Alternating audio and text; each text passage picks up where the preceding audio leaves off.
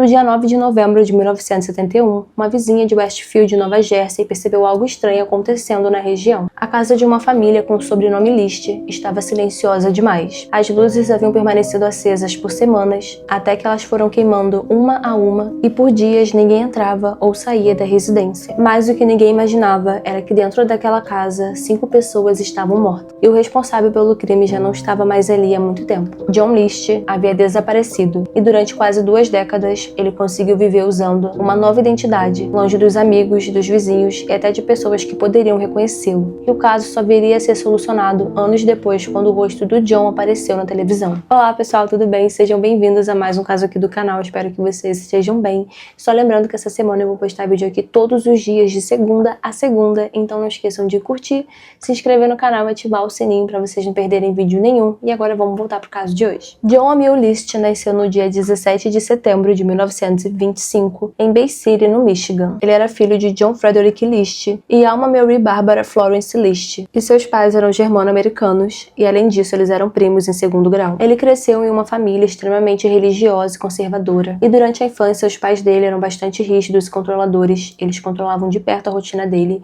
e eles não permitiam que ele saísse de casa ou que ele se misturasse com as outras crianças da região.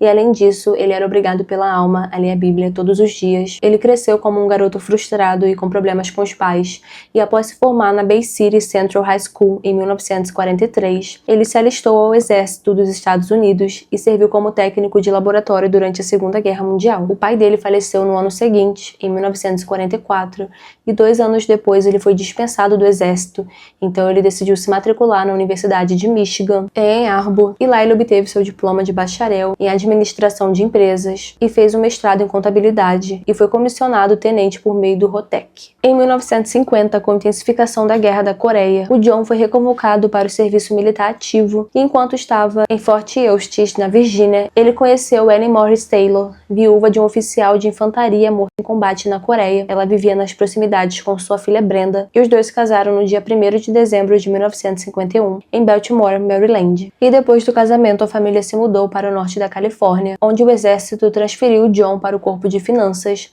aproveitando sua formação e experiência em contabilidade. Em 1952, o John concluiu o 2º período do serviço militar, então ele deixou o exército e em seguida começou a trabalhar para uma empresa de contabilidade em Detroit. No entanto, ele permaneceu no cargo por pouco tempo e logo depois ele foi contratado como supervisor de auditoria de uma empresa de papel em Kalamazoo, no Michigan. E durante esse período, ele e a Ellen tiveram 3 filhos, a Patricia Morris List em 1955, o John Frederick List Jr. em 1956 e o Frederick Michael List em 1958. E embora a família parecesse estar prosperando, a realidade dentro da casa era bem diferente. A partir de 1959, a Ellen, que enfrentava o alcoolismo, se tornou cada vez mais instável. Ela havia contraído sífilis do primeiro marido e manteve isso em segredo do John por anos, insistindo que eles se casassem em Maryland, uma vez que o estado não exigia o teste de sífilis pré-marital que era exigido nos outros estados na época. E além disso, a mãe do John, a Alma, nunca aprovou o relacionamento dos dois. Segundo relatos, ela acreditava que a Ellen era interesseira e que ela havia se casado com o filho dela por conveniência, chegando até a mentir sobre uma possível gravidez. Em 1960, a Brenda, a filha da Ellen, ela se casa e deixa a casa da família. E naquele mesmo ano, o John recebeu uma proposta para trabalhar na Xerox, o que levou a família a se mudar para Rochester, no estado de Nova York. E a mudança representou um novo começo. O seu desempenho chamou a atenção na empresa e pouco tempo depois ele foi promovido ao cargo de diretor de serviços contábeis. E cerca de 5 anos depois, em 1965, ele aceitou outro cargo, agora de vice-presidente e controlador de um banco em Jersey City, Nova Jersey. Então, com esse novo emprego, a Ellen teria desejado um padrão de vida ainda mais elevado e, segundo relatos, ela teria pressionado John a comprar uma casa maior para a família, e eles acabaram adquirindo a Brizokino, uma imponente mansão vitoriana de 19 cômodos, localizada no número 431 da Hillside Avenue, em Westfield. No entanto, mesmo com esse novo cargo, o John não tinha dinheiro suficiente para poder comprar essa mansão sozinho, o que fez com que ele recorresse à ajuda financeira da mãe, e a Alma concordou em ajudar, só que ela impôs uma única condição, que era a que ela moraria com eles, na casa da família. Então, a partir disso, eles começam a morar todos juntos, né? A Ellen, o John, os 3 filhos do casal e a mãe dele. Nos anos seguintes, a família manteve um padrão de vida elevado. A mansão exigia altos custos de manutenção e as despesas domésticas eram cada vez maiores. Em 1970, o John acabou perdendo o emprego no banco. No entanto, ele decidiu esconder a demissão da família. Então, todos os dias ele saía de casa como se estivesse indo trabalhar, mas na realidade ele passava horas em uma estação de trem enquanto tentava encontrar um novo emprego e mantinha a aparência de que sua rotina permanecia a mesma. Nesse período, ele também incentivou os filhos dele a arrumarem trabalhos de meio período com a desculpa de que era para eles desenvolverem mais maturidade e responsabilidade.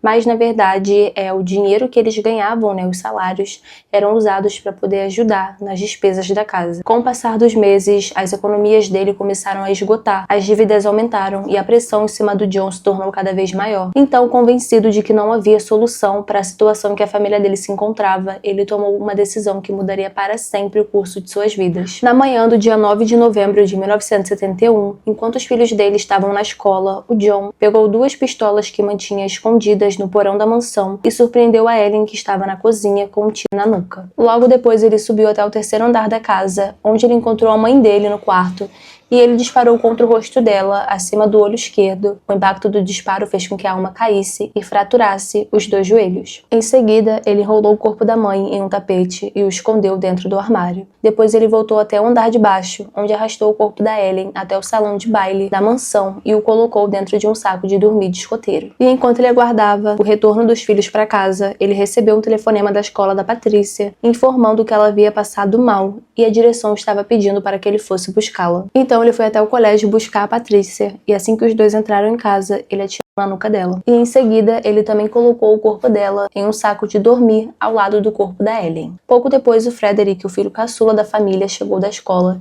e, sem desconfiar de nada, ele também foi surpreendido por um disparo fatal na cabeça. E aí, depois de assassinar quase todos os membros da família, o John preparou o próprio almoço e depois ele foi até o banco, onde ele encerrou as contas bancárias dele e as da mãe dele. E mais tarde ele foi até a West High School, onde ele assistiu ao jogo de futebol do filho mais velho, o John Frederick Jr. E quando os dois voltaram para casa, o filho dele acabou percebendo que tinha alguma coisa errada acontecendo, o que resultou em uma luta corporal entre os dois. E nessa luta o John teria levado a melhor, então ele conseguiu disparar 10 tiros no filho e em seguida ele levou o corpo dele até o salão de baile, junto com os outros membros da família, e cobriu o rosto deles com toalhas, em seguida se ajoelhando para orar por eles. Depois disso, ele escreveu uma carta de 5 páginas para o pastor da igreja dele, onde ele dizia que Deus perdoaria, pois ele tinha salvado a família da pobreza e que todos eles se encontrariam no céu. Ele também chegou a escrever e a enviar outras cartas, onde ele cancelava a entrega de leite, as correspondências, o jornal, e além disso, ele teria ido até a escola dos filhos, onde ele informou que a família ficaria um tempo fora porque eles fariam uma viagem para a Carolina do Norte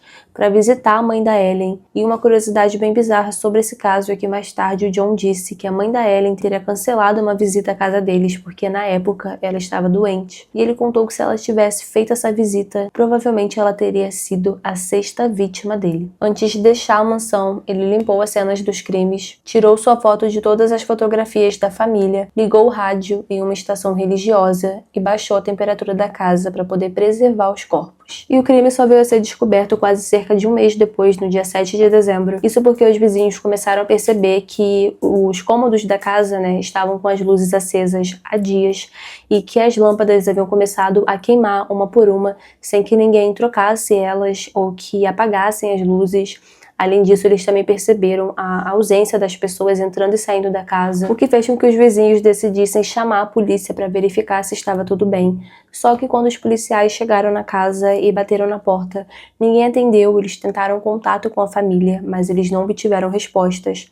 E por isso, os policiais decidiram entrar na casa por uma janela que estava destrancada. Essa janela dava acesso ao porão e lá dentro eles encontraram os corpos dos membros da família, exceto por um único corpo que era o do John, o que fez com que ele passasse a ser considerado o principal suspeito pela polícia. E obviamente tudo isso deu início a uma investigação para saber o que havia acontecido lado e é onde o John estava. O carro da família foi encontrado estacionado no aeroporto John F. Kennedy, na cidade de Nova York, mas os agentes não conseguiram encontrar evidências de que o John tivesse embarcado em algum voo. Durante as investigações, o corpo da mãe do John foi levado de avião para o Michigan, onde ele foi enterrado no cemitério luterano de St. Lawrence, e o corpo da esposa dele e de seus filhos foram enterrados no cemitério Fairview, em Westfield. Quanto à mansão da família, ela permaneceu desocupada até agosto de 1972, quando foi destruída por um incêndio que a polícia considerou criminoso, embora até hoje o caso permaneça sem solução ou suspeitos. E em 1974, uma nova casa foi construída no local. Durante sua fuga, o John usou o pseudônimo Robert Peter Bob Clark. O FBI acabou descobrindo que ele viajou de trem de Nova Jersey para o Michigan e depois para o Colorado, onde se estabeleceu em Denver e conseguiu um emprego de contador. Ele passou os anos seguintes trabalhando e levando uma vida normal, vindo a se casar novamente em 1985 com uma mulher que ele conheceu em um encontro religioso chamada Dolores Miller. E em 1988, os dois se mudaram para Seguelwood Trace, na comunidade de Brander Mill, em Midlothian, Virgínia. Lá, o John, conhecido como Bob Clark, começou a trabalhar como contador em uma empresa de contabilidade.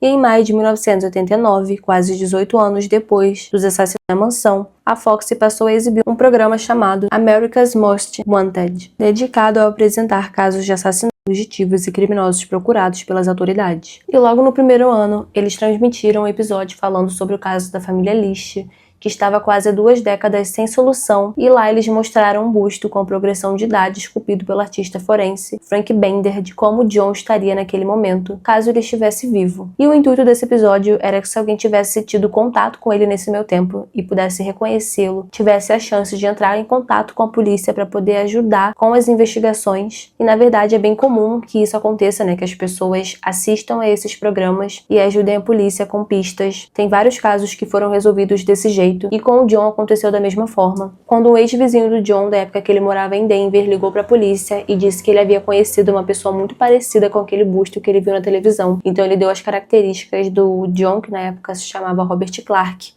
E aí os policiais, obviamente, começaram a investigar essa pista. E eles acabaram chegando até o John, que acabou sendo preso no dia 1 de junho de 1989, cerca de menos de 2 semanas depois da transmissão daquele episódio contando a história da família dele. Ele foi extraditado para o condado de Union, em Nova Jersey, e após meses usando o pseudônimo Robert, confessou sua verdadeira identidade no dia 16 de fevereiro de 1990. Durante o julgamento, ele falou das dificuldades financeiras que enfrentou na época, além da surpresa em descobrir que a sua esposa havia contraído sífilis de seu primeiro marido e das humilhações que ela teria feito ele passar publicamente, alegando que a Ellen costumava comparar ambos maridos em suas atividades sexuais e diminuí-lo em relação ao primeiro. Segundo fontes, ele teria descrito ela como desleixada, paranoica e reclusa. E ainda segundo essas fontes, um psiquiatra teria testemunhado no julgamento que o John sofria de transtorno de personalidade obsessivo-compulsivo. Quando questionado sobre por que ele matou sua mãe, ele disse que havia prometido ao pai que iria cuidar dela, da mesma forma que ele também teria prometido cuidar de sua família. No dia 12 de abril de 1990, ele foi condenado por 5 acusações de homicídio em primeiro grau e recebeu 5 penas de morte de prisão perpétua consecutivas, que era a pena máxima permitida na época. Ele chegou a apresentar um recurso alegando transtorno de estresse pós-traumático devido ao serviço militar, além de argumentar que a carta usada contra ele como prova era uma confissão confidencial entre ele e seu pastor, e por isso ela era inadmissível como prova, mas o tribunal rejeitou suas apelações e ele foi condenado. Em 2002, ele deu uma declaração onde dizia ter se arrependido por seus crimes, e quando questionado sobre por que ele não se matou, ele disse que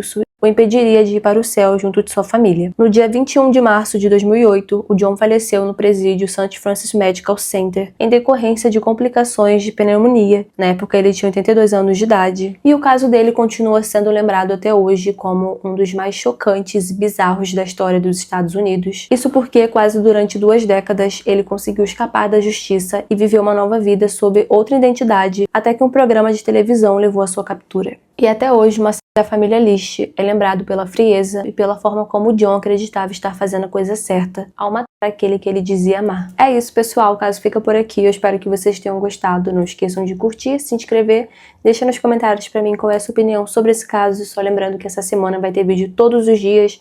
Então são vídeos de segunda a segunda. Vai ter muito conteúdo pra vocês. Então ativem o sininho pra vocês não perderem nada. Só lembrando também que eu tô no Spotify. O link tá na descrição pra vocês acessarem. E é isso, pessoal. Beijão. Até amanhã.